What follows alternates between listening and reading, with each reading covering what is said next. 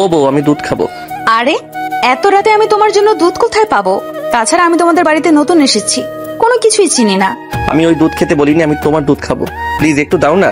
আরে এসব তুমি কি বলছো? আমার 3 মাসের ছোট বাচ্চাও আমার বুকের দুধ খায়, আর এখন কিনা তুমি বলছো তুমি আমার বুকের দুধ খাবে?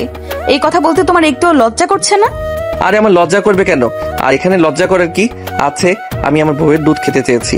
আসলে আমি দেখছি তোমার সত্যি সত্যি মাথা খারাপ হয়ে গেছে, তাই পাগলের মতো কথা বলছো। আরে না, আমি একদম সত্য কথা বলছি। মেয়ে খাচ্ছে খাক না, আমারও খেতে ইচ্ছে করছে, প্লিজ একটু খেতে দাও। আরে থামবে তুমি? তোমার কথা শুনে মেয়েটা ঘুম থেকে উঠে কান্নাকাটি শুরু করে দেবে। এমনিতেই সারাদিন অনেক কান্নাকাটি করেছে। কিচ্ছু হবে না, মেয়ের জন্য আমি ফর্মুলা দুধ এনে রেখেছি। মেয়ে কান্নাকাটি করলে মেয়েকে তুমি ফর্মুলা দুধ খেতে দেবে, কিন্তু আমি তোমার দুধ খাবো।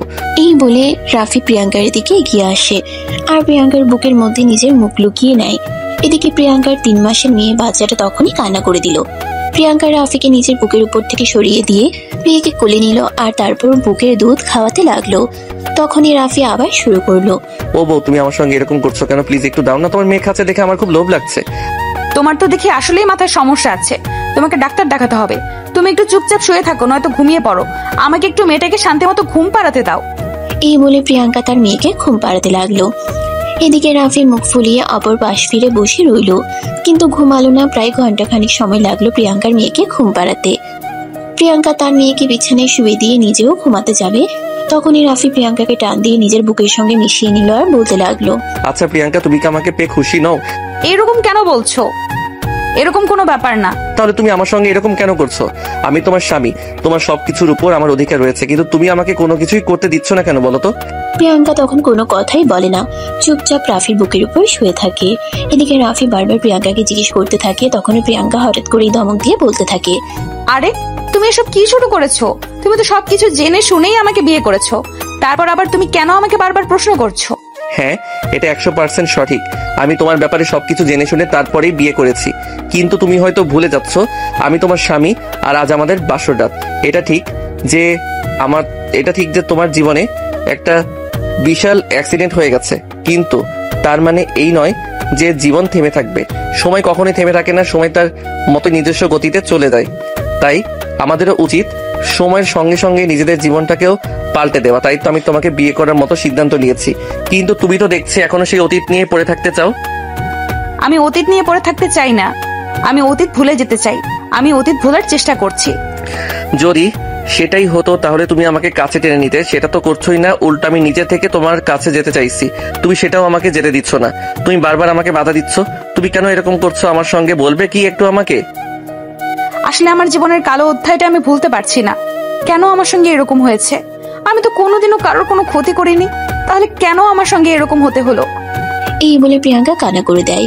তখনই রাফি প্রিয়াঙ্কার চোখের পানি মুছে দিয়ে প্রিয়াঙ্কাকে বলতে থাকে, দেখো, একদম কান্না করবে না।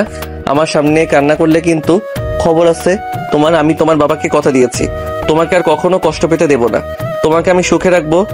এই বলে রাফি প্রিয়াঙ্কার চোখের পানি মুছে দিল আর তারপর তার কপালে আলতো করে একটা ভালোবাসার পরশ এঁকে দিয়ে বলে, জানো, এখন হয়তো তুমি মনে মনে ভাবছো আমি আমার প্রয়োজনেই তোমাকে বিয়েটা করেছি, কিন্তু সত্য কথা হলো এটাই, আমি যখন থেকেই তোমার বাবার অফিসে চাকরি করি। এরপর রাফি বলতে থাকে, যেদিন তোমায় প্রথম দেখি সেদিনই তোমাকে আমার ভালো লেগে যায়। বলতে পারো সেদিন তোমায় আমি ভালোবেসে ফেলেছিলাম, কিন্তু তোমার ব্যাপারে খোঁজ খবর নিয়ে জানতে পারি তুমি বিবাহিত। তাই সেদিন ভালোবাসাকে বুকের মধ্যে খবর দিয়েছিলাম।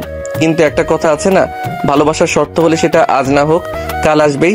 আমার ভালোবাসার শর্ত ছিল, তাই আল্লাহ আবার তোমাকে আমার কাছে এনে দিয়েছে। এখন আর যত বাধা বিপত্তি আসুক না কেন, তোমাকে আমার কাছ থেকে সরিয়ে নিতে পারবে না। রাফির এইসব কথা শুনে প্রিয়াঙ্কার যেন আরো কান্না পাচ্ছে। সে তখন জোরে জোরে কান্না করছে। তখনই রাফি তার মুখ চেপে ধরে বলতে লাগে, এই কি করছো তুমি?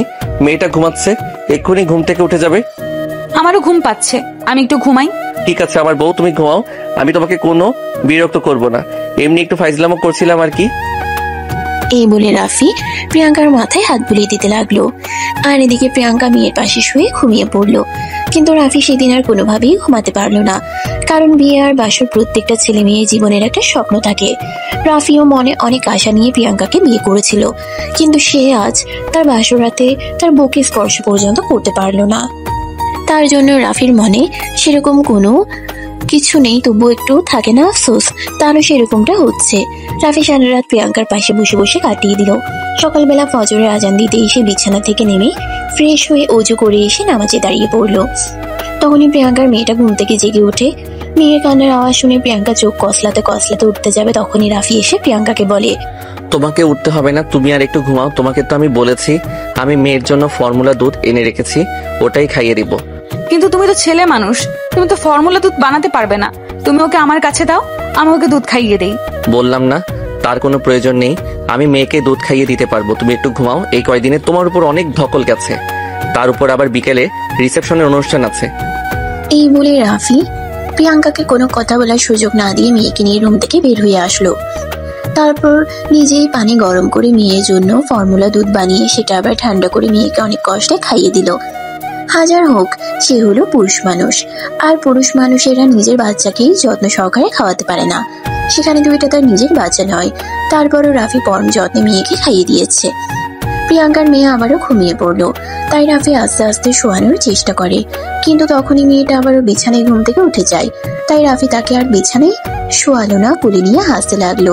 এদিকে দেখতে দেখতে বেলা 10টা বেজে গেছে। প্রিয়াঙ্কা তখনও ঘুমাচ্ছে। তখনই কেউ রুমের দরজায় নক করলো। রাফি প্রিয়াঙ্কার মেয়েকে কোলে নিয়ে দরজাটা খুললো। দরজার বাইরে দাঁড়িয়ে ছিল রাফির আম্মু। রাফির কোলে প্রিয়াঙ্কার মেয়েকে দেখে তিনি একটু রেগে গিয়ে বলতে থাকেন, কি ব্যাপার, তুই এই মেয়েকে কোলে নিয়ে হাসছিস কেন? তোর বউ কোথায়?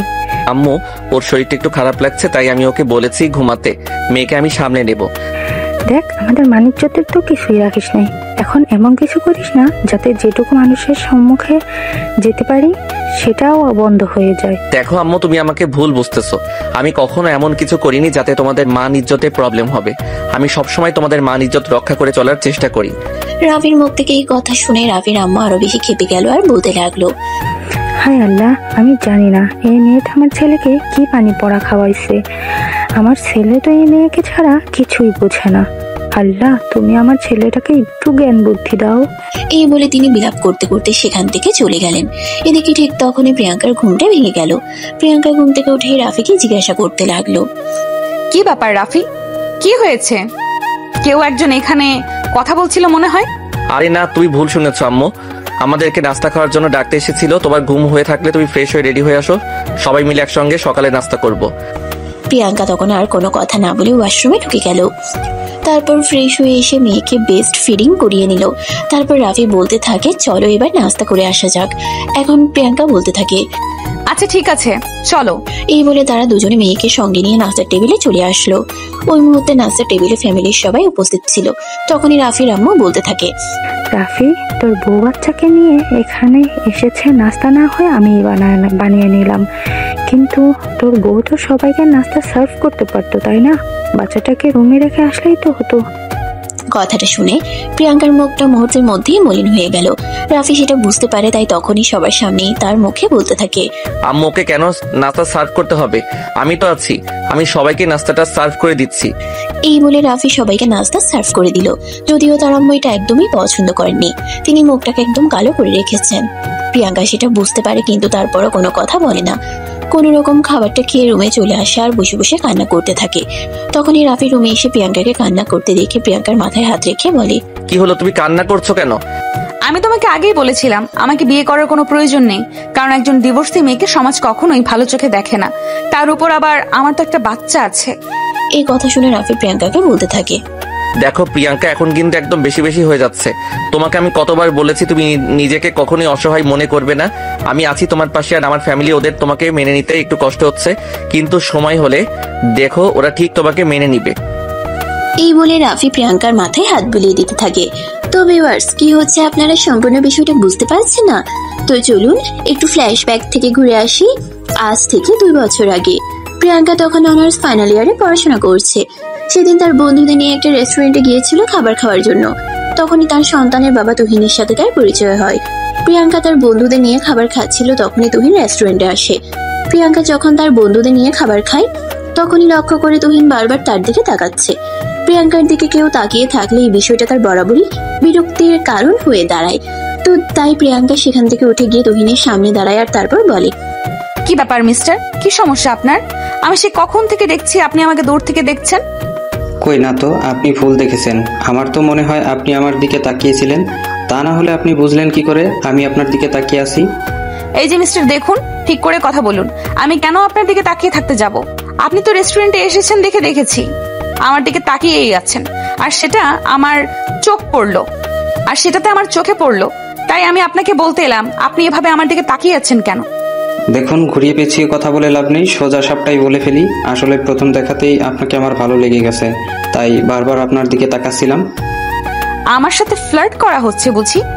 তখনই তুহিন বলতে থাকে, আমি আপনার সঙ্গে ফ্লার্ট করতে যাব কেন?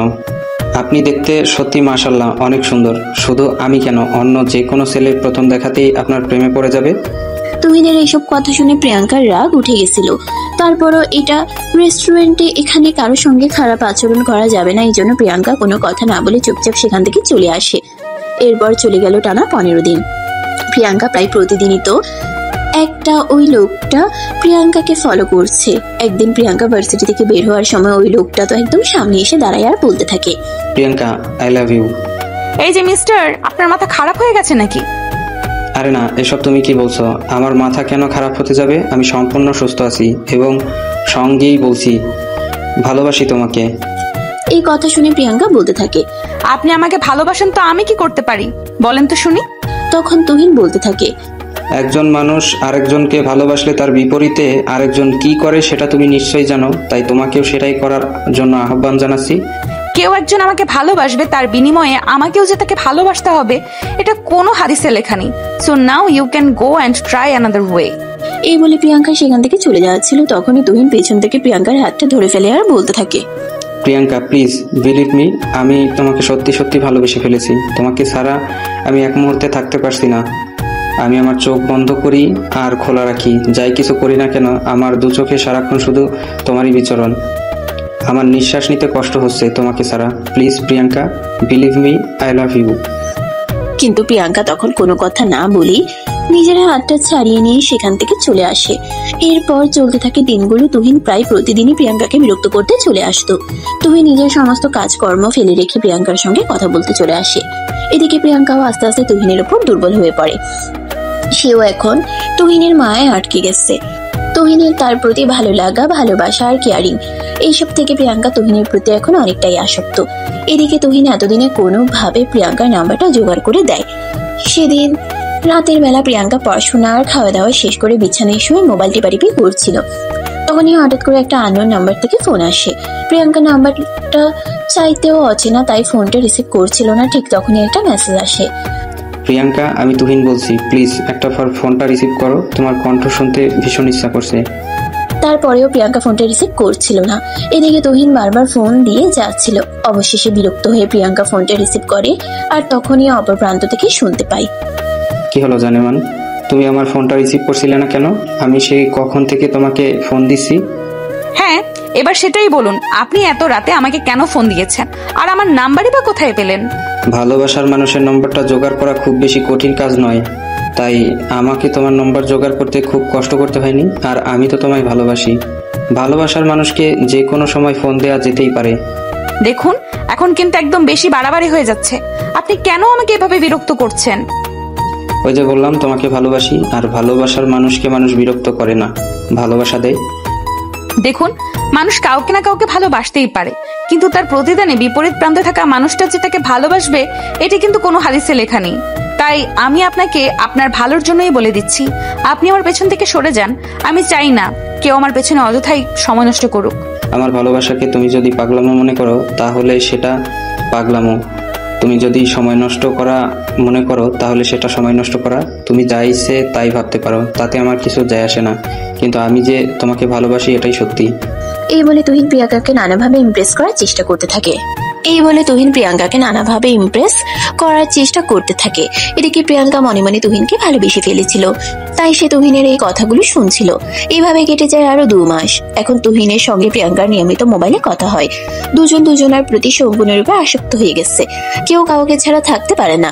দুজন তো দুজনের সঙ্গে কথা বলতে না পারলে দুজনেরই দম বন্ধ হয়ে আসে। তাই এত সময় প্রিয়াঙ্কা বাধ্য হয়ে তুহিনকে হ্যাঁ বলে দেয়। আর তারপর থেকে শুরু হয় তাদের দুষ্টু মিষ্টি প্রেমময় সম্পর্ক। তারপর চলে যায় প্রায় 6 মাস। তাদের এই সম্পর্কটা একটা পর্যায়ে প্রিয়াঙ্কার বাবা জানতে পারেন। আর প্রিয়াঙ্কার বাবা এই সম্পর্কের কথা জেনে প্রিয়াঙ্কাকে নিজের রুমে ডেকে নেন আর জিজ্ঞাসাবাদ করেন। প্রিয়াঙ্কা, আমি এসব কি শুনছি? আমি তোমাকে ভার্সিটিতে পাঠিয়েছি পড়াশোনা করার জন্য, আর তুমি কিনা সেখানে এসব কিছু করে বেড়াচ্ছ? বাবা, আমি বুঝতে পেরেছি তুমি কি বলতে চাইছো। দেখো, তুহিন আর আমি দুজন দুজনকে ভালোবাসি। আমরা দুজন দুজনকে ছাড়া বাঁচবো না। প্লিজ বোঝার চেষ্টা করো। এই কথা শোনার পর প্রিয়াঙ্কার বাবা বলেন তিনি এই সম্পর্ক কোনোদিনও মেনে নেবেন না, কারণ ছেলেটা বেকার আর বেকারের পিছনে সময় নষ্ট করে। তাছাড়া তার ফ্যামিলিও যে ভালো নয়। তুষার মধ্যবিত্ত ফ্যামিলির ছেলে। তার বাবা মারা গিয়েছে অনেক বছর হলো। তার বাবা রেখে যাওয়া সম্পত্তি দিয়ে তাদের সংসার চলে।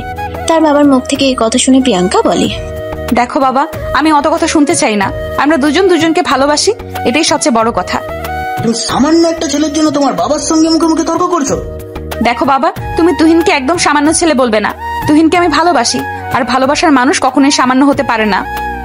প্রিয়াঙ্কার বাবা তখন প্রিয়াঙ্কাকে বোঝানোর চেষ্টা করে না, কিন্তু প্রিয়াঙ্কা কোনো কথাই শুনবে না, কারণ প্রিয়াঙ্কা তুহিনের মায়ায় আটকে গেছে। সেই মুহূর্তে তুহিনকে ছাড়া অন্য কোনো কিছুই বোঝে না। পৃথিবী কিয়ামত হয়ে গেলেও তার শুধু তুহিনকেই চাই। দেখতে দেখতে আরো বেশ কিছুদিন সময় কেটে যায়। প্রিয়াঙ্কার বাবা প্রিয়াঙ্কাকে বুঝিয়ে এই সম্পর্ক থেকে ছাড়িয়ে নিয়ে আসার অনেক চেষ্টা করতে থাকে, কিন্তু প্রিয়াঙ্কা কোনোভাবেই এই সম্পর্ক থেকে বের হয়ে আসতে চায় না, কারণ সে তুহিনকে এই মুহূর্তে মনে প্রাণে ভালোবেসে ফেলেছে। প্রিয়াঙ্কার বাবা যখন অনেক চেষ্টা করার পরেও মেয়েকে এই সম্পর্ক থেকে আনতে পারছিলেন না, তাই তিনি প্রিয়াঙ্কাকে বলেন, দেখো প্রিয়াঙ্কা, অনেক হয়েছে। আমি আর কোনো কথা বলতে চাই না। আমি পরিষ্কার সিদ্ধান্ত নিতে চাই। হ্যাঁ, সেটাই হোক, কারণ আমি এখন বড় হয়েছি। নিজের ব্যাপারে সিদ্ধান্ত নেওয়ার বয়স হয়েছে। তোমরা আমার উপর জোর করে কিছু একটা চাপিয়ে দেবে আর আমি সেটাই মেনে নিতে হবে, ওটা আমি হয়তো যেতে পারবো না। এই কথা শুনে প্রিয়াঙ্কার বাবা খুব ভালোভাবেই বুঝতে পারেন মেয়েটাকে খুব ভালোভাবে বশ করে নিয়েছে। তাই এখন যাই কিছু বলি আর যাই কিছু করি তাতে কোনো লাভ হবে না। তাই প্রিয়াঙ্কার বাবা প্রিয়াঙ্কাকে বলেন, দেখো, তুমি যদি সেটাই পারো তাহলে তোমাকে কোনো একটা সিদ্ধান্তে পৌঁছাতে হবে। হয় তোমাকে আমার সঙ্গে থাকতে হবে, নয়তো তোমার ওই প্রেমিকের সঙ্গে। তখন প্রিয়াঙ্কা বলতে থাকে সে তুহিন ছাড়া বাঁচবে না। তার জীবনে তুহিনকে ছাড়া অন্য কোনো কিছুর কোনো প্রয়োজন নেই। তাই প্রিয়াঙ্কার বাবা প্রিয়াঙ্কাকে বলেন, আচ্ছা ঠিক আছে, তোমার সুখেই আমার সুখ। তুমি যখন ওই ছেলেটার সঙ্গে সুখে থাকতে চাও, তাহলে আমি তোমাকে ওই ছেলেটার হাতেই তুলে দেবো। তুমি ওই ছেলেটাকে আমার বাড়িতে ডেকে নাও, কারণ তুমি যদি পালিয়ে গিয়ে বিয়ে করো তাহলে সমাজের কাছে আমি মুখ দেখাতে পারবো না। আর এই বয়সে এসে আমার মান ইজ্জত চলে যাক, সেটা নিশ্চয়ই তুমি চাও না। আচ্ছা ঠিক আছে, তবে তাই হোক।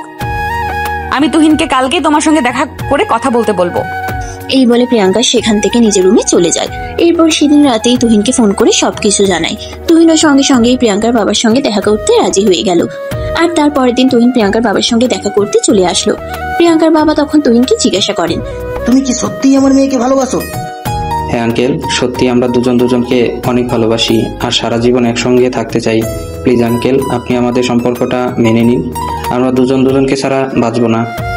তুহিনের এই কথা শুনে তখন প্রিয়াঙ্কার বাবা বলতে থাকে, আচ্ছা ঠিক আছে, তোমরা যখন দুজন দুজনকে এতটাই ভালোবাসো তাহলে আমি তোমাদের এই সম্পর্ক মেনে নিলাম। এখন থেকে তোমরা দুজন একসঙ্গেই থাকবে। আমি কালকেই তোমাদের বিয়ের ব্যবস্থা করছি। হ্যাঁ। এই কথা শুনে তুহিন সেখান থেকে চলে গেল। আর এরপর তিনি প্রিয়াঙ্কার বাবা তুহিন এবং প্রিয়াঙ্কার ঘরোয়া ভাবে বিয়ের অনুষ্ঠানের আয়োজন করেন এবং নিজেই প্রিয়াঙ্কাকে তুহিনের হাতে তুলে দেন। প্রিয়াঙ্কা খুশি মনে তুহিনের সঙ্গে চলে গেল, কিন্তু প্রিয়াঙ্কা সেই খুশিটা বেশি দিন স্থায়ী হলো না। বিয়ের পর থেকে তুহিন প্রিয়াঙ্কাকে অত্যাচার করতে শুরু করলো। তুহিন প্রায়ই প্রিয়াঙ্কাকে মারধর করতো আর বলতো প্রিয়াঙ্কার বাবার কাছ থেকে টাকা নিয়ে আসতে। প্রিয়াঙ্কা তার বাবার কাছে টাকা চাইতে যাওয়ার জন্য রাজি ছিল না, কারণ সে ভালোবেসে বিয়ে করেছে।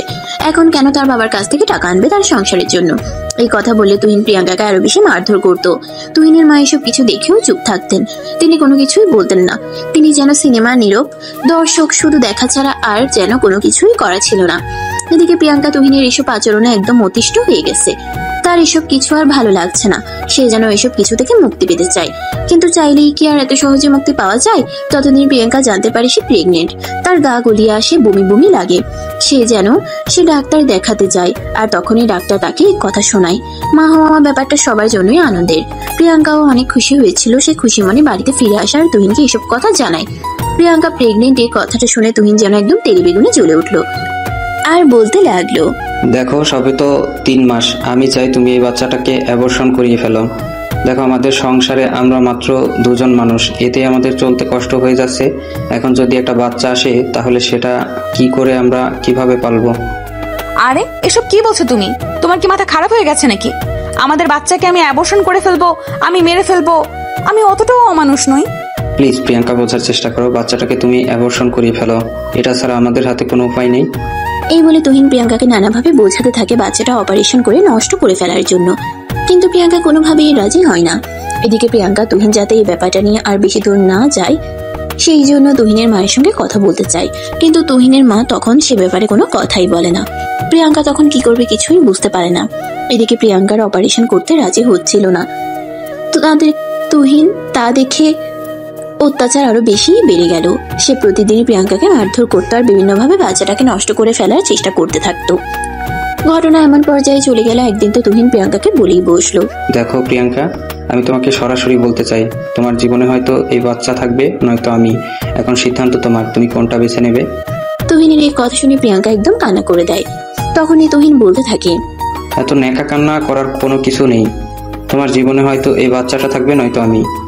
তুমি আমার জীবনে থাকলে থাকতে পারো, না থাকলে নাই, কিন্তু আমি আমার সন্তানকে কোনোভাবেই মেরে ফেলবো না, কারণ এটা আমার অবৈধ সন্তান নয়।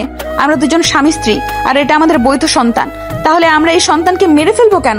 তাহলে তুই তোর এই সন্তান নিয়েই থাক, তুই আমাকে আর পাবি না, তোকে আমি তালাক দেব। এই কথা বলে তুহিন বাড়ি থেকে বের হয়ে চলে গেল। তারপর চলে যায় প্রায় 1 মাস। প্রিয়াঙ্কা নানাভাবে তুহিনের সঙ্গে যোগাযোগ করার চেষ্টা করে, কিন্তু কোনোভাবেই প্রিয়াঙ্কাকে যোগাযোগ করতে পারছিল না।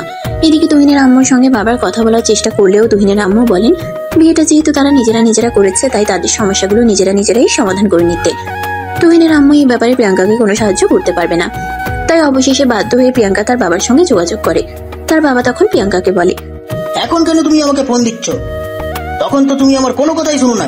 তখন আমি বারবার তোমাকে বোঝানোর চেষ্টা করেছিলাম, কিন্তু তখন তুমি অন্ধ হয়ে গেছিলে। বাবা, আমি আমার ভুলটা বুঝতে পেরেছি, কিন্তু এখন আমি কি করব সেটা আমাকে বলো। কি আর করবে, তোমাকে আমি কি বা বলবো? তুমি একটা কাজ করো, তুমি আমার বাড়িতে চলে আসো, তারপর দেখি কি কি হয়। বাবার এই কথা শুনে প্রিয়াঙ্কা কিছুটা মনে মনে আশ্বস্ত হয়, কারণ আর যাই হোক তার বাবা অন্তত তাকে তার বাবার বাড়িতে থাকার অনুমতি তো দিয়েছে। তাই প্রিয়াঙ্কা খুশি মনে নিজের সবকিছু গুছিয়ে নিয়ে বাবার বাড়িতে চলে আসলো। বাবা মা আর যাই হোক সন্তানকে কখনো ফেলে দিতে পারে না, তাই প্রিয়াঙ্কা এত বড় একটা ভুল করার পরেও তার বাবা তাকে তার বাড়িতে জায়গা দিল। এদিকে প্রিয়াঙ্কা তার বাবার বাড়িতে চলে আসার ঠিক 2 দিন পরেই তার হাতে ডিভোর্স লেটার এসে পৌঁছালো। ডিভোর্স লেটার হাতে পেয়ে প্রিয়াঙ্কা কান্না করতে করতে শেষ তার সঙ্গে এত বড় একটা অঘটন ঘটে যাবে এটা সে কখনো কল্পনাও করতে পারেনি। নিজেই মানুষটাকে নিজের জীবনের চাইতে অনেক বেশি ভালোবেসেছিল, সেই মানুষটা আজ তাকে ডিভোর্স দিয়ে দিয়েছে। প্রিয়াঙ্কা এই বিষয়টা আর সহ্য করতে পারছে না, সে অনেক বেশি অসুস্থ হয়ে পড়ে। তার বাবা তাকে হসপিটালে নিয়ে গেল, 3 দিন তাকে হসপিটালে থাকতে হয়। তার অবস্থা খুবই খারাপ হয়ে গেছিল, তাই ডাক্তার তাকে বলে, দেখুন, আমাকে এখন মানসিকভাবে সুস্থ হতে হবে, যা হওয়ার তা হয়ে গেছে, সে সবকিছু নিয়ে বসে থাকলে চলবে না। আপনি যদি আমায় সন্তানের কথা চিন্তা করেন তাহলে আপনার সন্তানের কথা চিন্তা করে আপনাকে ভালো থাকতে হবে এবং বেঁচে থাকতে হবে। আমি কি করে ভালো থাকবো সেটা আপনি আমাকে বলে দিন না। একদিকে আমার বাবার কথার বিরুদ্ধে গিয়ে ভালোবাসার মানুষটাকে বিয়ে করেছিলাম, আর এখন সে আমার সঙ্গে এত বড় প্রতারণা করলো। এসব কিছু কি সত্যি মেনে নেওয়া যায়? আপনাকে সান্ত্বনা দেওয়ার মতো ভাষা আমার জানা নেই, কিন্তু তারপরেও আমি শুধু একটা কথাই বলবো, আপনার সন্তানের ভালোর জন্যই আপনাকে ভালো থাকতেই হবে এবং বেঁচে থাকতেই হবে। অতীত ভুলে যান, অতীত মানুষকে কখনোই ভালো রাখতে পারে না। অতীত বরাবরের মতোই মানুষকে খুব কষ্ট দেয়। তারপর ডাক্তার আরো অনেক কিছু বলে, প্রিয়াঙ্কাকে বোঝানোর চেষ্টা করে। একটা সময় প্রিয়াঙ্কা নিজেও মনে মনে চিন্তা করে তার জীবন থেকে এসব কিছু বাদ দিয়ে দিতে হবে, তা না হলে সে ভালো থাকতে পারবে না। 3 দিন পর প্রিয়াঙ্কাকে নিয়ে বাড়িতে চলে আসা হয়, আর তারপর থেকেই শুরু হয় প্রিয়াঙ্কার জীবনে নতুন অধ্যায়। প্রিয়াঙ্কা বাড়িতে এসে ডিভোর্স লেটারে সাইন করে ডিভোর্স লেটার পাঠিয়ে দেয়। এদিকে প্রিয়াঙ্কার গর্ভে থাকা সন্তান আস্তে আস্তে বড় হতে থাকে। প্রিয়াঙ্কার তখন প্রেগনেন্সির 9 মাস চলছিল। তার বাবা তার দেখাশোনা করার জন্য বাড়িতে একটা নার্স রাখেন, কারণ তার বাবা ব্যবসার কাজে সারাদিনই বাসার বাইরে থাকেন। প্রিয়াঙ্কার যেহেতু আম্মু বেঁচে নাই, তাই প্রিয়াঙ্কার দেখাশোনা করার জন্য বাড়িতে সেরকম কেউ ছিল না। একদিন সকালবেলা প্রিয়াঙ্কা ঘুম থেকে উঠে ওয়াশরুমে যাওয়ার জন্য, তখনই হঠাৎ করে তার তলপেটে প্রচন্ড ব্যথা শুরু হয়। নার্স প্রিয়াঙ্কাকে জিজ্ঞেস করে কি হয়েছে। তখন প্রিয়াঙ্কা নার্সকে জানায় তার খুব কষ্ট হচ্ছে। নার্স তখনই প্রিয়াঙ্কার আব্বুকে ফোন করে এবং প্রিয়াঙ্কাকে নিয়ে হসপিটালে চলে যায়। আর সেদিনই প্রিয়াঙ্কার ফুটফুটে এক কন্যা সন্তানের জন্ম হয়। 1 সপ্তাহ পর প্রিয়াঙ্কা তার সন্তানকে নিয়ে বাড়িতে চলে আসে। প্রিয়াঙ্কার বাবা প্রথমবারের মতো নানাভাই হয়েছে। সে খুশিতে তার আত্মীয় স্বজন সহ অফিসের সকল স্টাফকে তিনি মিষ্টিমুখ করান। আর সেখান থেকেই রাফি প্রিয়াঙ্কার ব্যাপারে সবকিছু জানতে পারে। রাফি তখন প্রিয়াঙ্কার ব্যাপারে সবকিছু জেনে শুনে প্রিয়াঙ্কার বাবার কাছে বিয়ের প্রস্তাব রাখেন। আর তখন প্রিয়াঙ্কার বাবা রাফিকে বলেন, দেখো, আমি জানি আমার মেয়েটা খুব বড় একটা ডিপ্রেশনের মধ্য দিয়ে যাচ্ছে, কারণ আমি তো তার বাবা। আমি সন্তানের ভালো মন্দ বুঝতে পারি, কিন্তু এত বড় একটা দুর্ঘটনা ঘটে যাওয়ার পর আমার মেয়ে তার জীবনে নতুন করে কাউকে চিন্তা করবে কিনা সেটা আমি বলতে পারছি না। তবে তুমি নিজে একবার আমার মেয়ের সঙ্গে কথা বলে দেখতে পারো, কেমন? এই কথা শুনে রাফি অনেকটাই খুশি হয় আর নিজেই প্রিয়াঙ্কার সঙ্গে কথা বলতে চলে গেল। যদিও প্রিয়াঙ্কা প্রথমে রাফিকে বিয়ে করতে রাজি হচ্ছিল না, কিন্তু পরবর্তীতে রাফির জোড়াজুড়িতে প্রিয়াঙ্কা রাফিকে বিয়ে করতে রাজি হয়। কিন্তু তারপর সমস্যা হয় রাফির ফ্যামিলিতে। রাফির মা বাবা কোনোভাবেই একটা ডিভোর্সি এক বাচ্চার মাকে তাদের বাড়ির পুত্রবধূ বানাতে চাইল না। কিন্তু ওই যে আপনাদেরকে আগেই বললাম, রাফি প্রিয়াঙ্কাকে অনেক আগে থেকেই ভালোবাসতো, তাই রাফি একরকম জোর করেই প্রিয়াঙ্কাকে বিয়ে করে এই বাড়িতে নিয়ে আসে। আর তারপর কি হয় সেটা তো আপনারা দেখতেই পেলেন। তো ভিউয়ার্স, চলুন এখন কি হয় সেটাই আপনাদের সঙ্গে শেয়ার করি। দুপুর 12টার দিকে প্রিয়াঙ্কা তার মেয়েকে গোসল করিয়ে নিজেও গোসল করে নেয়। মেয়েকে রুমে বসে বেস্ট ফিডিং করাচ্ছিল, তখনই তার শাশুড়ি মা তার রুমে আসে। রাফি তখন রুমে ছিল না, তাই প্রিয়াঙ্কার শাশুড়ি মা প্রিয়াঙ্কাকে উদ্দেশ্য করে বলে, আমার ছেলেটার মাথা খেয়ে বাড়িতে তো চলে এসেছে, কিন্তু সংসার করার আদৌ কি মন মানসিকতা কি তোমার আছে? আম্মু, আমি আপনার কথাটা আসলে বুঝতে পারলাম না। আপনি কি বলতে চাইছেন একটু বুঝিয়ে বললে সুবিধা হতো। বেশি কিছু না, শুধু এটুকুই বলতে চাইছি, সেই সকাল থেকে মহারানীর মতো রুমে বসে আছো, বাড়িতে রান্না বান্নাগুলো কে করবে সেই খেয়াল কি তোমার আছে? রিসেপশনের অনুষ্ঠান তো হবে সেই সন্ধ্যায়, এইদিকে বাড়ির মানুষগুলো দুপুরে কি খাবে সেই চিন্তা কি একবারও করেছ? প্রিয়াঙ্কা তখন কিছু বলতে চাইছে, কিন্তু তখনই রাফি রুমে প্রবেশ করে আর তার আম্মুকে উদ্দেশ্য করে বলতে থাকে, দুপুরের খাবার নিয়ে তোমাকে কোনো চিন্তা করতে হবে না। আমি অনলাইনে খাবার অর্ডার করে দিয়েছি, কিছুক্ষণের মধ্যে ডেলিভারি ম্যান এসে খাবার দিয়ে যাবে। রাফির মুখ থেকে এই কথা শুনে তার আম্মু যেন আরো অনেক বেশি রেগে গেল আর বলতে লাগলো, এই তোরে কি পাগলা কুত্তায় কামড়াইছে? বাড়িতে আমরা এতগুলো মানুষ, অনলাইন থেকে খাবার অর্ডার করতে গেলে কতগুলো টাকার প্রয়োজন হয় সেটা তুই জানিস? হ্যাঁ আম্মু, আমি সবকিছু খুব ভালো করেই জানি, আর জেনে শুনেই খাবার অর্ডার করেছি যাতে তোমার কষ্ট করতে না হয়। আর প্রিয়াঙ্কার কথা বলতে তুমি, সে তো তার মেয়েকে নিয়ে ব্যস্ত আছে, সে কি এখন রান্না করতে পারবে? হ্যাঁ, আমিও তো সেটাই বলতে চাইছি, যখন মেয়েকে নিয়ে রান্না বান্না করতেই পারবে না তখন বিয়ে করতে এসেছে কেন? সংসারে কাজ করতে না পারলে সংসার করতে আসার তো কোনো প্রয়োজনই নেই। এই কথা শুনে প্রিয়াঙ্কা মনে মনে অনেকটা কষ্ট পায়, কিন্তু তারপরও সেটা নিজের মধ্যেই ধামাচাপা দিয়ে রাখে আর তারপর বলতে থাকে, আম্মু, আপনি কোনো চিন্তা করবেন না, আমি ঋতুকে এখনই ঘুম পাড়িয়ে দিয়ে তারপর সবার জন্য দুপুরের খাবার তৈরি করে নেব। একদম চুপ হয়ে তুমি এখানে বসে থাকো। তোমাকে না বললাম আমি অনলাইনে খাবার অর্ডার করেছি, কিছুক্ষণের মধ্যে ডেলিভারি সে খাবার দিয়ে যাবে। বাড়িতে কতগুলো মানুষ তুমি জানো? সবার জন্য খাবার তৈরি করতে গেলে কতক্ষণ সময় লাগবে সেই ব্যাপারে তোমার কোনো আইডিয়া আছে? ততক্ষণ তোমার ওই কান্না করতে করতে মরেই যাবে। এই কথা শুনে প্রিয়াঙ্কার শাশুড়ি মুখটাকে একটা ভেঙচি মেরে সেখান থেকে চলে গেল। এদিকে উনি চলে যাওয়ার পর রাফির সঙ্গে সঙ্গে রুমের দরজা লাগিয়ে দিল আর তারপর প্রিয়াঙ্কার পাশে এসে বসলো। প্রিয়াঙ্কার হাত দুটো ধরে বলতে লাগলো, প্লিজ প্রিয়াঙ্কা, তুমি আমার মায়ের কথায় কিছু মনে করো না। আমার মা একটু এরকমই, একটু হিংসুটে টাইপের মহিলা।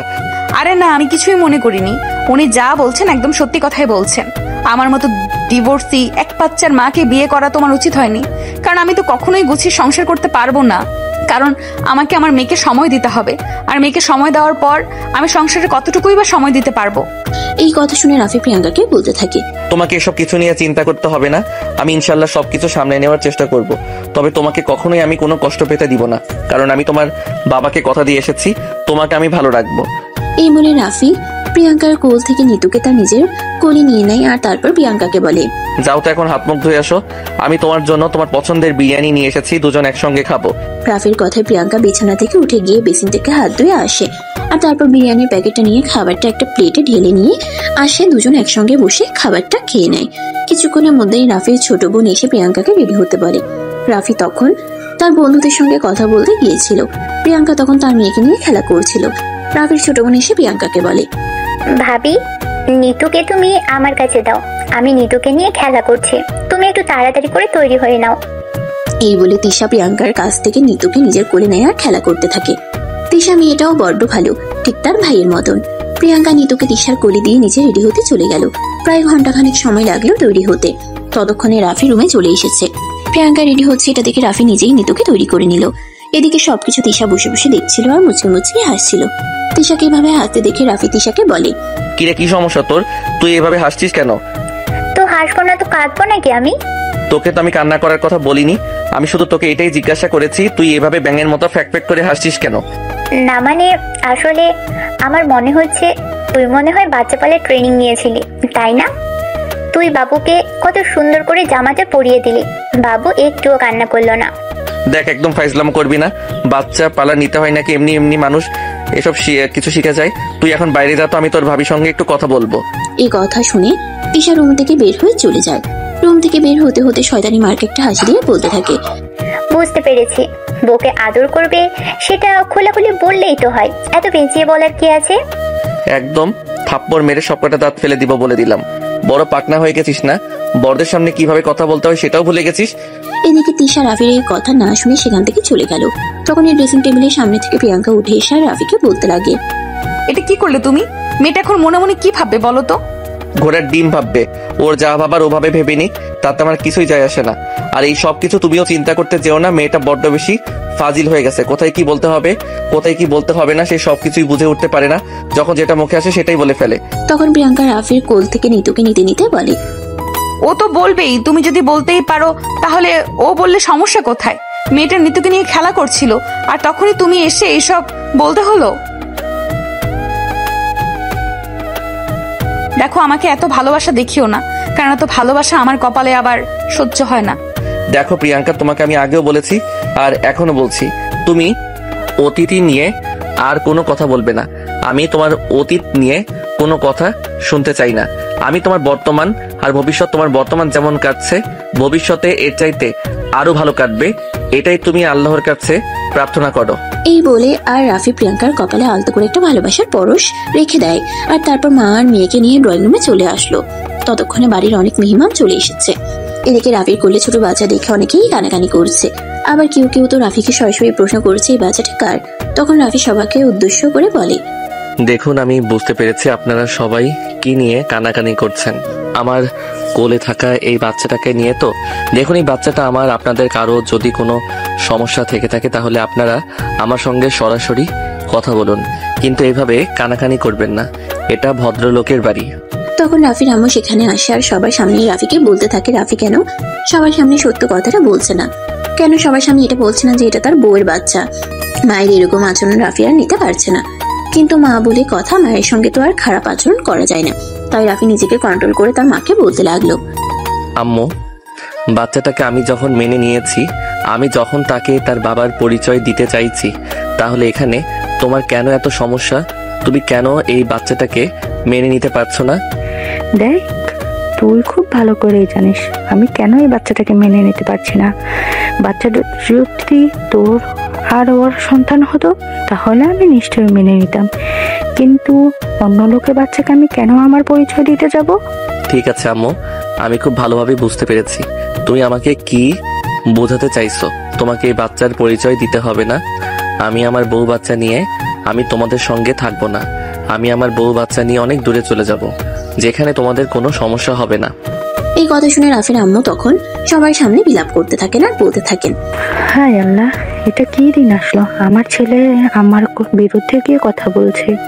একটা মেয়ে আমার ছেলেকে বশ করে নিয়েছে, তার সন্তান সহ আমার ছেলের গলায় ঝুলে পড়েছে, আর এখন আমার ছেলেকে আমার বিরুদ্ধেই কথা বলাতে বাধ্য করছে।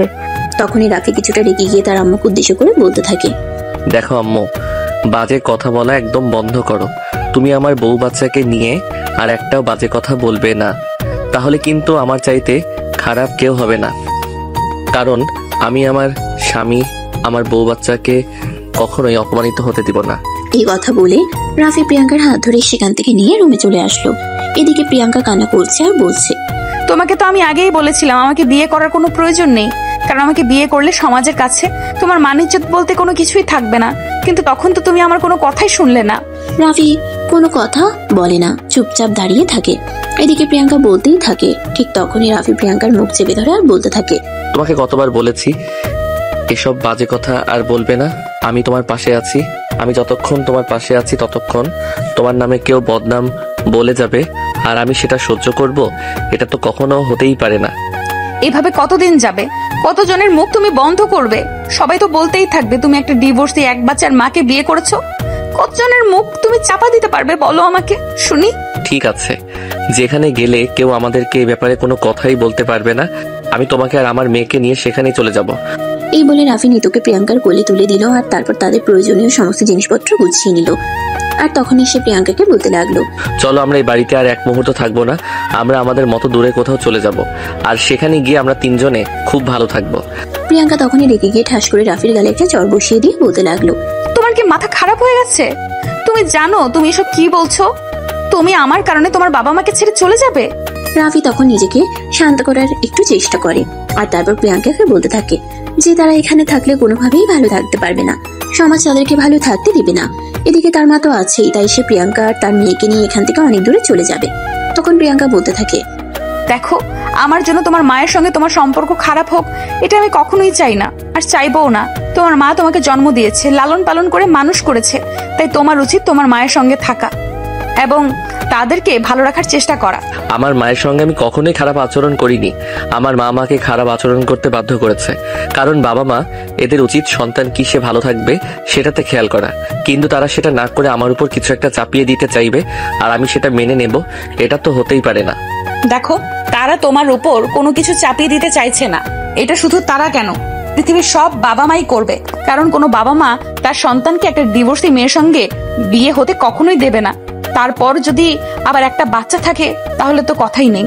প্রিয়াঙ্কার এই কথা শুনে রাফি কিছুটা রেগে গিয়ে প্রিয়াঙ্কাকে বলতে লাগলো, তুমি আমার সঙ্গে যাবে কি যাবে না সেটা তোমার সিদ্ধান্ত। আমি মেয়েকে নিয়ে চলে যাচ্ছি, মন চাইলে আসতে পারো, না হলে তুমি এখানেই থেকে যাও, তোমাকে আমি কিছুই বলবো না। এই বলে রাফি লাগেজ নিয়ে মেয়েকে কোলে নিয়ে রুম থেকে বের হয়ে নিচে চলে আসলো। তখনও তার বাবা মা সহ ফ্যামিলির সবাই সেখানে উপস্থিত ছিল এবং বিয়ে বাড়ির সমস্ত অতিথিরাও সেখানে উপস্থিত ছিল। রাফির আম্মু রাফিকে এভাবে আসতে দেখে বলেন, কি রে, কি হয়েছে? তুই লাগেজ নিয়ে কোথায় যাচ্ছিস? যেখানে গেলে আমার বউ বাচ্চা নিয়ে তোমাদের কোনো সমস্যা হবে না, আমি সেখানেই চলে যাচ্ছি। আশা করি আমাদের জন্য তোমাদের আর মান ইজ্জত যাবে না। তখন রাফির আম্মু আবারও মায়া কান্না শুরু করে দেয়। একে একে সবার কাছে রাফি আর রাফি বউর নামে বিচার দিতে থাকে। এদিকে রাফি ওইসব কিছু তোয়াক্কা না করে তার বউকে বলে, তুমি এখন আমার সঙ্গে এখান থেকে যাবে নাকি এখানে দাঁড়িয়ে দাঁড়িয়ে এইসব নাটক দেখতে থাকবে? এখন একটু বেশি হয়ে যাচ্ছে না? না, একটু বেশি হচ্ছে না, কারণ যেখানে আমার স্ত্রী সন্তানের কোনো সম্মান থাকবে না সেখানে আমি কেন থাকবো? তুমি চলো আমার সঙ্গে, এত কিছু তোমাকে ভাবতে হবে না। কিন্তু আমরা কোথায় যাব সেটা তো বলবে। যেদিকে দু চোখ যায় চলে যাব, কিন্তু এখানে আর এক মুহূর্ত থাকবো না। এই বলে রাফি প্রিয়াঙ্কার হাত ধরে টানতে টানতে বাড়ি থেকে বেরিয়ে নিয়ে চলে গেল। এদিকে তখনই রাফির ছোট বোন তিশা তার আম্মুকে বলতে লাগলো, এটা তুমি কি করলে ভাইয়া? রাগ করে বাড়ি থেকে চলে গেছে। তুইও তো দেখছি ওই বদমাস মার্কা মেয়েটার মতোই হয়েছিস। ওদের পক্ষ নিয়ে কথা বলছিস। বেশি বাড়াবাড়ি করলে কিন্তু তোকেও বাড়ি থেকে বের করে দেবো। হ্যাঁ, তাহলে সেটাই করো। আমি এই বাড়িতে থাকতে চাই না। এই বাড়িতে থাকার কোনো ইচ্ছে আমার নেই। এইটুকুন ছোট্ট একটা মেয়েটার সঙ্গে তোমাদেরকে হিংসা করতে হয়। কিরকম মন মানসিকতা তোমাদের সেটাই ভাবতে পারছি না। দেখ, একদম মানবতা দেখাতে আসবি না। আমি মানবতা পছন্দ করি না। একে তো বিয়ে করেছে এক ডিভোর্সি মেয়েকে, তার উপরে আবার সঙ্গে একটা বাচ্চাও। আমি আরেকজনের বংশধরকে আমার পরিচয় কেন দেব বলতে পারিস?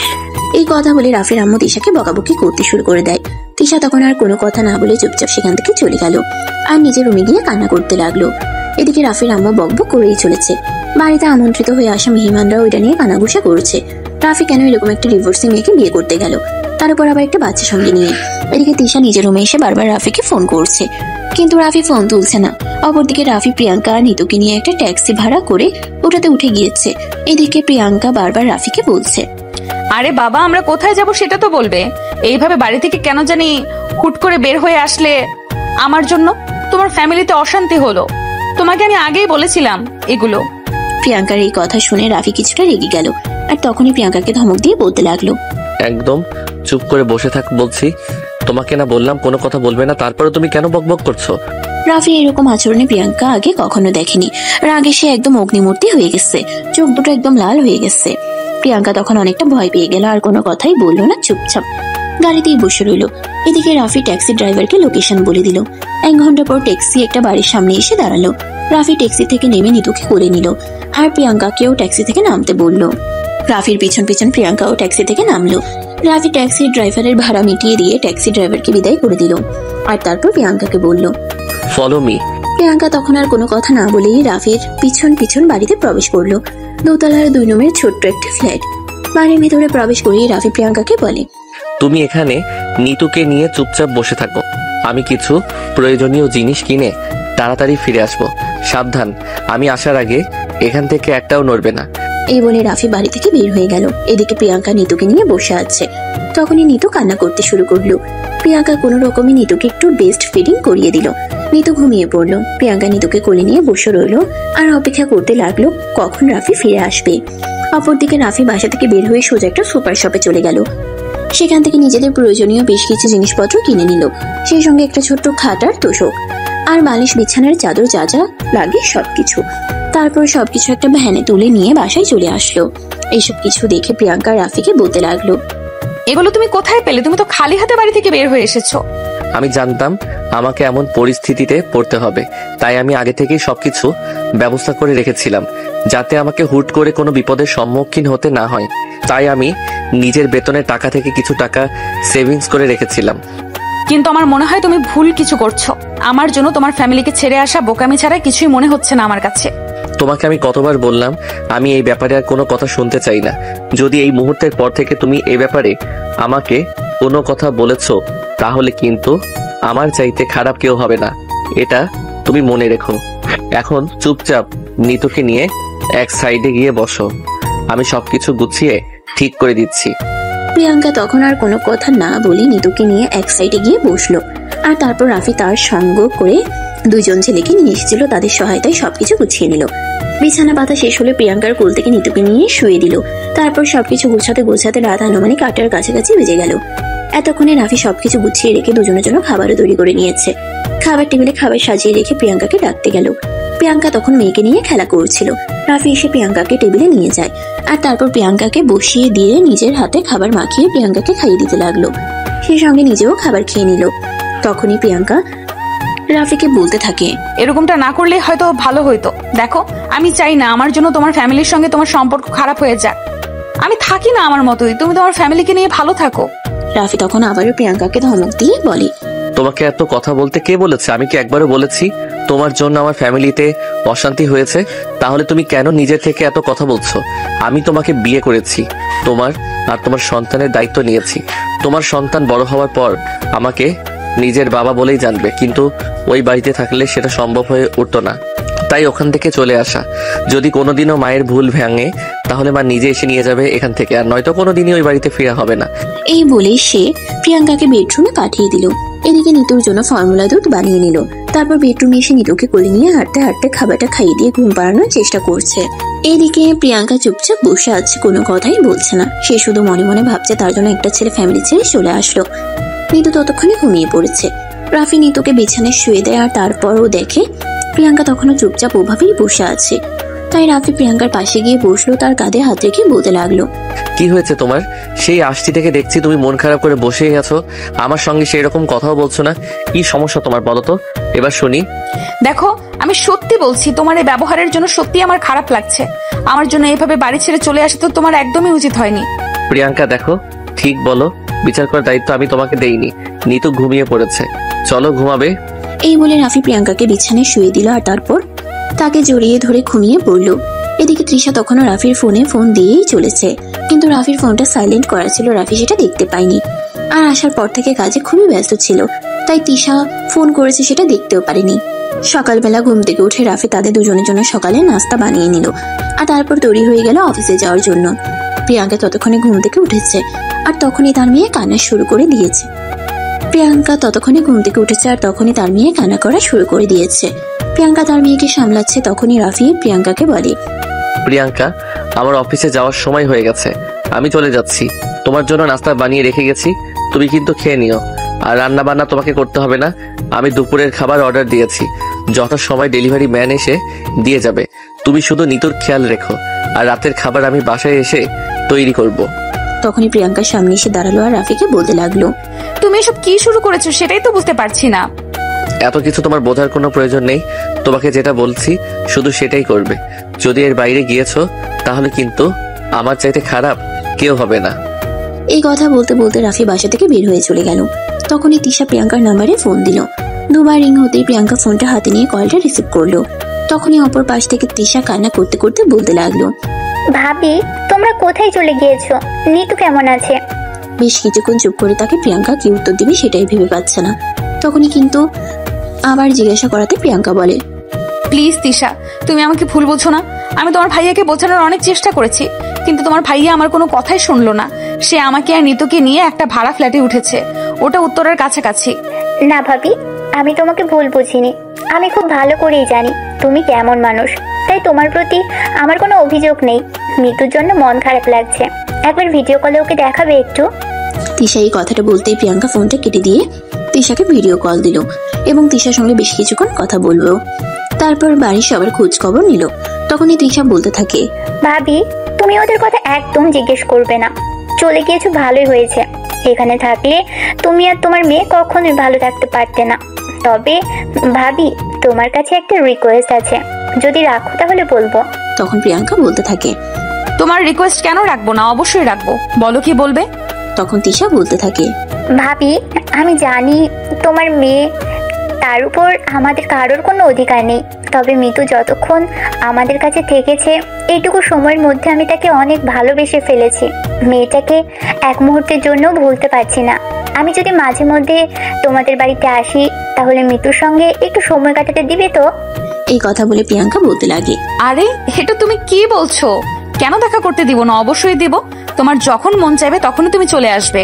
আমি আমাদের বাসার ঠিকানা তোমাকে মেসেজ করে পাঠিয়ে দিব। এরপর দুজনে বেশ কিছুক্ষণ গল্প গুজব করে আর তারপর ফোন রেখে দেয়। এদিকে দেখতে দেখতে সকাল 10টা বেজে গেছিল। তাই প্রিয়াঙ্কা নিতুকে একটু খাইয়ে ঘুম পাড়িয়ে দিয়ে নিজে নাস্তাটা করে নিল আর তারপর দুপুরে রান্নার জন্য কিছু ব্যবস্থা করলো। তখনই নিতু ঘুম থেকে উঠে যায় আর তারপর প্রিয়াঙ্কা নিতুকে নিয়ে ব্যস্ত হয়ে পড়ে। তাই দুপুরের খাবারটা আর রান্না করা হয়নি। এদিকে দেখতে দেখতে দুপুর 1টার কাছাকাছি বেজে গেছিল। তখনই হঠাৎ কলিং বেলের আওয়াজ শুনে প্রিয়াঙ্কা মনে মনে ভাবতে লাগলো, এই সময়ে আবার কে আসলো। 7-5 চিন্তা করতে করতে সে দরজাটা খুলে দিল। তখনই ডেলিভারি ম্যান তার হাতে একটা খাবারের প্যাকেট ধরিয়ে দিল। প্রিয়াঙ্কা খাবারের প্যাকেটটা নিয়ে রুমে চলে আসে আর তখনই তার মনে পড়ে রাফি তাকে বলেছিল রাফি তার জন্য দুপুরের খাবার অর্ডার দিয়ে গেছে। তাই সে দুপুরের খাবার খেয়ে নেয়। এদিকে সারাদিন একা একা বাসায় থাকতে থাকতে প্রিয়াঙ্কা বোর হয়ে যাচ্ছিল। সন্ধ্যা 7টার দিকে রাফি অফিস থেকে বাসায় ফিরে আসার বাসায় এসেই কাজে লেগে পড়ে। সবকিছু গুছিয়ে রেখে রান্না করতে করতে রাত 10টা বেজে যায়। রান্না শেষ করেই রাফি নিতুর কাছে চলে আসলো। নিতু তখন খেলা করছিল। রাফি নিতুকে কোলে নেয় আর তারপর প্রিয়াঙ্কাকে বলে, সারাদিন একা একা মেয়েকে সামলাতে হয়েছে, তাই খুব কষ্ট হয়ে গেছে, তাই না? তুমি দেখছি উল্টো কথা বেশ ভালোই বলতে পারো। সারাদিন অফিস করে এসে বাসার সব কাজ করছো কেন? কেন করছো আমার জন্য এত কিছু? তোমার জন্য করব না তো কার জন্য করব বলো শুনি? আদরের বউ, তোমার জন্য যদি আমি কোনো কিছু না করি তাহলে কার জন্য করব তুমি বলে দাও। এইভাবেই গল্প করছিল তারা দুজনে। ঠিক তখনই প্রিয়াঙ্কার ফোনে তার বাবা ফোন দেয়। প্রিয়াঙ্কা ফোনটা রিসিভ করে আর কথা বলতে থাকে। আসসালামু আলাইকুম বাবা, কেমন আছো তুমি? ওয়ালাইকুম আসসালাম। এই তো আল্লাহর রহমতে ভালোই আছি। তোদের কি অবস্থা? তোর কেমন আছিস? আর আমার নানু ভাই কেমন আছে? আলহামদুলিল্লাহ, আমরা সবাই খুব ভালো আছি। একটা কাজ কর, কাল একবার নিতুকে আর জামাইকে নিয়ে আমাদের বাড়িতে চলে আয়। নানা ভাইকে দেখতে খুব ইচ্ছে করছে। আজ 3 দিন হয়ে গেল আর নানা ভাইকে দেখতে পাই না। আচ্ছা বাবা, ঠিক আছে, আমি রাফির সঙ্গে কথা বলে তোমাকে জানাবো। তোকে বলতে হবে না, তুই ফোনটা রাফির কাছে দে। আমি রাফিকে বলে দিচ্ছি কাল অফিসে আসার সময় তোদের দুজনকে নিয়ে আসবে আর তারপর অফিস শেষে রাফিও এখানে চলে আসবে। তারপর 2-3 দিন এখানে থাকবে। এই বলতেই প্রিয়াঙ্কা ফোনটা রাফির হাতে তুলে দিল আর তারপর রাফি তার শ্বশুর মশাইয়ের সঙ্গে কথা বলতে লাগলো। রাফি তার শ্বশুর মশাইকে বলে সে কালকেই প্রিয়াঙ্কা আর নিতুকে নিয়ে তার শ্বশুরের বাড়িতে যাবে। এই বলে তারা কথা বলে শেষ করে আর তারপর তারা দুজনে নিতুকে নিয়ে খেলা করতে থাকে। এইভাবেই চলে গেল বেশ কিছুক্ষণ সময়। অলরেডি রাত 11টা বেজে গেছে। তাই প্রতিদিনের মতো রাতে খাবার নিয়ে বেডরুমে চলে আসলো আর প্রিয়াঙ্কাকে নিজের হাতে খাইয়ে দিল। রাফির এরকম যত্ন দেখে প্রিয়াঙ্কা কান্না করছে। তখনই রাফি প্রিয়াঙ্কাকে জিজ্ঞাসা করে, কি হয়েছে? তুমি এভাবে কান্না করছো কেন? তুমি কি আমার কোনো কাজে কষ্ট পেয়েছো? তখন প্রিয়াঙ্কা বলতে থাকে, কষ্ট পাওয়ার তো কোনো কারণ আমি দেখতে পাচ্ছি না, কারণ এই কান্নাটা সুখের। কারণ যে মানুষটাকে ভালোবেসে বিয়ে করেছিলাম সেই মানুষটার সঙ্গে তো সুখী হতে পারিনি। আর যেই মানুষটা আমাকে ভালোবেসে বিয়ে করলো সেই মানুষটা আমাকে কত সুখে রাখছে, কত যত্ন করছে, কেয়ার করছে। যে মানুষটা আমার সন্তানের বাবা হওয়ার কথা ছিল সেই মানুষটা আমার মেয়ের এখনো ছায়াটাও দেখতে পাইনি। আর যে মানুষটার সঙ্গে কোনোদিন কথাই হয়নি, সেই মানুষটার সঙ্গে পরিচয় হওয়ার কোনো কথাই ছিল না, সেই মানুষটা আজ আমার মেয়ের দেখাশোনা করছে, আমার মেয়েকে আদর যত্ন করছে। এগুলো ভেবেই কান্না পায়। তখন রাফি প্রিয়াঙ্কার চোখের পানি মুছে দিয়ে বলে, তোমাকে তো বলেছি তুমি অতীতের কথা মনে করে একদম মনে কষ্ট পাবে না। আমি চাই না তুমি তোমার অতীত মনে পুষে রাখো, আমি চাই তুমি তোমার বর্তমান আর ভবিষ্যৎ নিয়ে বেঁচে থাকো। এরপর তারা দুজনে খাবার শেষ করে এদিকে নিতু অনেকক্ষণ আগেই ঘুমিয়ে গেছিল। রাফি আর প্রিয়াঙ্কা দুজনে বিছানায় আসে ঘুমানোর জন্য। প্রিয়াঙ্কা শুয়ে পড়েছিল। একটু আগেই রাফি মশারিটা নিয়ে সবকিছু গুছিয়ে আসতে একটু দেরি হয়ে গেল। রাফি প্রিয়াঙ্কার কাছে এসে প্রিয়াঙ্কাকে একটু জড়িয়ে ধরে আর তারপর তার কানের কাছে মুখ নিয়ে বলে, তোমাকে কিছু বলতে চাই। বলো। ওই যে সেদিন বলেছিলাম ওটা চাই। কোনটা চাও খুলে বলো তো। না মানে আসলে নিতু তো অনেক আগেই ঘুমিয়ে গেছে, তাই বলছিলাম। প্রিয়াঙ্কা তখন বিষয়টা কিছুটা আন্দাজ করতে পারে, তারপরে সবকিছু বুঝেও না বুঝার ভান করে সে রাফিকে বলে, আরে বাবা, আমাকে খুলে না বললে আমি বুঝবো কি করে তুমি কি বলতে চাইছো? দেখো, একদম চালাকি করার চেষ্টা করো না। আমি খুব ভালোভাবে বুঝতে পেরেছি তুমি সবটা বুঝতে পেরেছো, তারপরেও তুমি না বোঝার ভান করছো, তাই না? এটা শুনে প্রিয়াঙ্কা মুচকে মুচকে হাসতে থাকে। তখনই রাফি প্রিয়াঙ্কার গাল দুটো ধরে বলে, তুই বড্ড চালাক, তাই না? এই বলে রাফি প্রিয়াঙ্কার ঠোঁট দুটো আলতো করে ছুঁয়ে দেয়। রাফির ছোঁয়া পেয়ে প্রিয়াঙ্কা কেঁপে ওঠে। এটা দেখে রাফি প্রিয়াঙ্কার ঠোঁট দুটোতে নিজের ঠোঁট দুটো কিছুক্ষণের জন্য ডুবিয়ে দিল আর কিছুক্ষণ পরে ছেড়ে দিল। প্রিয়াঙ্কার শরীর কাঁপছেটা দেখে রাফি জিজ্ঞাসা করে, কি হলো, তোমার শরীর কাঁপছে কেন? জানি না, আমার কেমন যেন লাগছে। রাফি তখন আবারও আলতো করে প্রিয়াঙ্কার ঠোঁট দুটো ছড়িয়ে দেয়। প্রিয়াঙ্কা আবারও কেঁপে ওঠে। রাফি তখন বুঝতে পারে আসলে প্রিয়াঙ্কাকে পুরোপুরি কাছে চাইছে, তাই রাফি প্রিয়াঙ্কার ঠোঁট দুটো নিয়ে ইচ্ছে মতো চুমো খেতে থাকে। প্রিয়াঙ্কাও তখন কোনো বাধা না দিয়ে রাফির সঙ্গে রেসপন্স করতে থাকে। রাফি প্রিয়াঙ্কার সারা শরীরে ভালোবাসার স্পর্শ এঁকে দিতে থাকে। প্রিয়াঙ্কার নিঃশ্বাস ভারী হয়ে আসতে থাকে। সে কোকাতে শুরু করে। প্রিয়াঙ্কাকে এমন করতে দেখে রাফি বলে, কি হয়েছে, তুমি এরকম কেন করছো? খুব কষ্ট হচ্ছে বুঝি? কেন, তুমি বোঝো না? বুঝি তো, তাই তো সেদিন চেয়েছিলাম কিন্তু তুমি তো দিলেই না। আমি জানি একটা মেয়ে যদি কখনো একবার শারীরিক সম্পর্ক করে ফেলে তাহলে সে কখনোই আর শারীরিক সম্পর্ক ছাড়া থাকতে পারে না, তার খুব কষ্ট হয়। তুমি কিভাবে ছিলে সেটা বলবে আমাকে? প্রিয়াঙ্কা তখন কোনো কথাই বলে না, চুপচাপ থাকে। তখন রাফি আবারও প্রিয়াঙ্কাকে বলে, আচ্ছা, তোমার কি এতদিন একা একা থাকতে একটু কষ্ট হয়নি? কষ্ট তো হয়েছে, কিন্তু কষ্ট হলেই কি আর করা যাবে? এটা তো আর এমন কোনো জিনিস নয় যে বাজার থেকে কিনে নিয়ে আসবো। এখন রাফি বলতে থাকে, আমাকে বিয়ে করার জন্য তাহলে এতদিন সময় কেন দিচ্ছিলে? আরো আগে আমার কাছে চলে আসলেই তো পারতে, তাহলে তো আমি তোমাকে আমার মতো করে ভালোবাসা দিয়ে আগলে রাখতাম, তোমার আর কোনো কষ্ট হতো না। ভালোবাসার উপর থেকে আমার বিশ্বাস উঠে গেছে। আমি এখন আর কাউকে এত সহজে বিশ্বাস করতে পারি না। কিন্তু তুমি তো এমন একটা মানুষ যাকে যতই অবহেলা করেছি আরো ততই কাছে চলে আসো। তোমাকে তো চাইলেও দূরে ঠেলে দিতে পারি না। তুমি তো আমার কাছ থেকে জোর করে এসব কিছু আদায় করে নাও। তো কি করব আমি? তুই যদি নিজের থেকে আমাকে আমার পাওনাটা বুঝিয়ে না দাও তাহলে তো আমাকে আমার ভালোবাসা দিয়েই আদায় করে নিতে হবে। এই বলে রাফি প্রিয়াঙ্কার সারা শরীরে পাগলের মতো চুমু খেতে থাকে। এদিকে রাফির ঠোঁটের স্পর্শ পেয়ে প্রিয়াঙ্কা পাগল প্রায় অবস্থা। রাফি প্রিয়াঙ্কাকে আরো উত্তেজিত করার চেষ্টা করেছিল যাতে সে নিজে থেকে সমস্তটা বিলিয়ে দেয়। আর রাতের মনস্কামনা পূর্ণ হলো। প্রিয়াঙ্কা নিজেকে আর কোনোভাবেই ধরে রাখতে পারছিল না, তাই সে নিজে থেকে রাফিকে আরো কাছে টেনে নিল। আর দুজনে কিছুক্ষণের মধ্যেই ভালোবাসার চরম মুহূর্তে চলে গেল। প্রায় ঘন্টাখানেক ধরে তাদের ভালোবাসার আদান প্রদান পর্ব। ঘন্টাখানেক পর রাফি প্রিয়াঙ্কাকে ছেড়ে দেয় আর তার পাশে শুয়ে পড়ে। প্রিয়াঙ্কা তখন রাফির বুকের উপর মাথা রেখে বলতে থাকে, রাফি, তুমি যে আমাকে এখন এতটা ভালোবাসা দেখাচ্ছ, আবার কখনো আমাকে ফেলে রেখে চলে গিয়ে কষ্ট দেবে না তো? রাফি তখন প্রিয়াঙ্কার কপালে আলতো করে একটা ভালোবাসার পরশ এঁকে দিয়ে বলে, কখনোই না, আমি তোমাকে ছেড়ে কখনোই যাব না। তোমাকে আমি সারা জীবন ভালোবাসার জন্য আমার কাছে নিয়ে এসেছি, কেন তোমাকে ছেড়ে যাব বলো? এইসব চিন্তা মাথা থেকে যেন ফেলে দেওয়ার, চুপচাপ ঘুমিয়ে পড়ো, তা না হলে আবার নিতু ঘুম থেকে উঠে যাবে, তখন কিন্তু আবার ঘুমাতেও পারবে না। এই বলে রাফি প্রিয়াঙ্কার মাথায় হাত বুলিয়ে ঘুম পাড়িয়ে দিতে লাগলো আর প্রিয়াঙ্কাও নিশ্চিন্ত মনে ঘুমিয়ে পড়লো। পরের দিন সকালবেলা ঘুম থেকে উঠে তারা তিনজনে মিলে রেডি হয়ে নিল প্রিয়াঙ্কার বাবার বাসায় যাওয়ার জন্য। রাফি অফিসে যাওয়ার সময় প্রিয়াঙ্কা আর নিতুকে প্রিয়াঙ্কাদের বাড়িতে ছেড়ে গেল। আর অফিস শেষ হতে সন্ধ্যার মধ্যে রাফি প্রিয়াঙ্কাদের বাসায় চলে আসলো। রাফি বাসায় এসে নিতুকে নাম ধরে ডাকতে লাগলো। রাফির গলার আওয়াজ শুনে প্রিয়াঙ্কা দৌড়ে নিচে চলে আসে আর বলতে থাকে, আরে তুমি যে নিতুকে নাম ধরে ডাকছো, নিতু কি কথা বলতে পারে? তখন রাফি বলতে থাকে, নিতু কথা বলতে পারে না তো কি হয়েছে? নিতুর মা তো কথা বলতে পারে। নিতুর মা কথা বললেই তো হয়। যাই হোক, বাদ দাও। এখন বলো, আমার মেয়ে কোথায়? নিতু তার বাবার রুমে তার বাবার সঙ্গে খেলা করছে। তখন আর এক মুহূর্ত দেরি না করে কাঁধের ব্যাগটা প্রিয়াঙ্কার হাতে তুলে দিয়ে দৌড়ে শ্বশুর মশাই রুমে চলে গেল। নিতু শুয়ে শুয়ে নানা ভাইয়ের সঙ্গে খেলা করছিল। রাফি নিতুকে কোলে তুলে নিল। তখনই তার শ্বশুর মশাই তাকে বলেন, কি ব্যাপার? দেখি শ্বশুর বাড়িতে এসে শ্বশুর মশাইকে ভালো মন্দ জিজ্ঞাসা না করেই মেয়েকে কোলে তুলে নিয়েছো। শ্বশুর মশাই কি এখন পর হয়ে গেল নাকি? রাফি তার শ্বশুর মশাইয়ের এমন কথা কিছুটা লজ্জা পেয়ে গেল। আসলে তো সত্যি বাড়িতে এসে প্রথমেই তো শ্বশুর মশাইয়ের খোঁজ খবর নেওয়া উচিত ছিল। তাই রাফি তার শ্বশুর মশাইকে বলে, আই এম সরি আব্বু, আসলে অফিসে গিয়ে নিতুকে খুব মিস করছিলাম। যাই হোক, এবার বলেন আপনি কেমন আছেন? এই তো আলহামদুলিল্লাহ, এখন ভালোই আছি। যদিও এই কয়দিন নিতু বাড়িতে না থাকায় একটু খারাপ লাগছিল। রাফি, তোমাকে একটা কথা বলতে চাই, রাখবে? হ্যাঁ আব্বু, বলুন আপনি কি বলতে চান। আমি আপনার কথা রাখার জন্য সর্বদা প্রস্তুত, কারণ আপনি আমার ভালোবাসার মানুষটাকে আমার করে এনে দিয়েছেন। তাই আপনার কাছে আমি চিরকৃতজ্ঞ। কৃতজ্ঞতা তো আমার প্রকাশ করা উচিত, কারণ আমি আমার মেয়েটাকে দেখেছি। যেই কয়দিন আমার বাড়িতে ছিল সেই কয়দিন কিভাবে মনমরা হয়ে থাকতো। আর আজ মাত্র 3 দিন পার হয়েছে, আর এই 3 দিনেই আমার মেয়ের চেহারাটা বদলে গেছে। আমি সম্পূর্ণ নিশ্চিত আমার মেয়েটা এখন তোমার কাছে খুব ভালো থাকবে বাবা। আব্বু, আমি জানি না আমি আপনার মেয়েকে কতটা ভালো রাখতে পারবো, তবে আমি আমার সর্বোচ্চটা দিয়ে চেষ্টা করব। প্রিয়াঙ্কা এবং নিতুকে ভালো রাখার জন্য বাকিটা আল্লাহর উপর ছেড়ে দিয়েছি। আপনি শুধু আমাদের জন্য দোয়া করবেন। হ্যাঁ বাবা, সেটাই। আমি আমার মেয়েটাকে আজ যেরকম হাসি খুশি আর প্রাণোজ্জ্বল দেখছি, আমি যেন আমার মেয়েটাকে সারা জীবন এইরকমই দেখি। এটাই তোমার কাছে একজন বাবা হিসেবে আমার অনুরোধ বাবা।